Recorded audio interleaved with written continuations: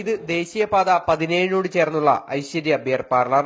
സുപ്രീംകോടതി നിർദ്ദേശപ്രകാരം പൂട്ടിയവയിൽ ഒന്ന്. എന്നാൽ ആ വിധി മറികടക്കാൻ ഉടമകൾ പുതിയൊരു വഴി കണ്ടുപിടിച്ചു. ബിയർ പാർലറിന് മുന്നിലെ ഗേറ്റ് അടച്ചു. പകരം മറ്റൊരു വഴി നിർമ്മിച്ചു. ഒരു വളഞ്ഞ വഴി.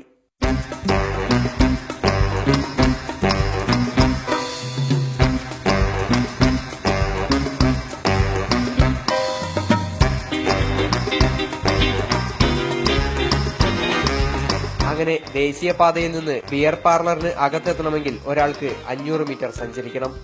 അപ്പോ വിധി ബാധകമല്ലല്ലോ എന്ന് ചോദിച്ചാൽ ഇത് പൂട്ടാൻ വരുന്നവർക്ക് പോലും സംശയം തോന്നിയേക്കാം. ബിയർ അടിക്കാൻ വളഞ്ഞ വഴിയിലൂടെ അകത്ത് കയറാം. പക്ഷേ ഇനി ഫിറ്റായാൽ പുറത്തു പോകേണ്ട കാര്യം അല്പം ബുദ്ധിമുട്ടാകും. ദേശീയ സംസ്ഥാന പാതയോരങ്ങളിലെ മദ്യശാലകൾ പൂട്ടാനുള്ള സുപ്രീംകോടതി വിധി മറികടക്കാനുള്ള ഒരു വഴിയാണ് ഈ വളഞ്ഞ വഴി. ഇത്തരത്തിൽ നിരവധി വഴികൾ തേടുകയാണ് ബിയർ വൈൻ പാർലറുകൾ. ക്യാമറമാൻ വേണുവിനൊപ്പം MS ലിഷോയ്, മാതൃഭൂമി ന്യൂസ്, കൊച്ചി.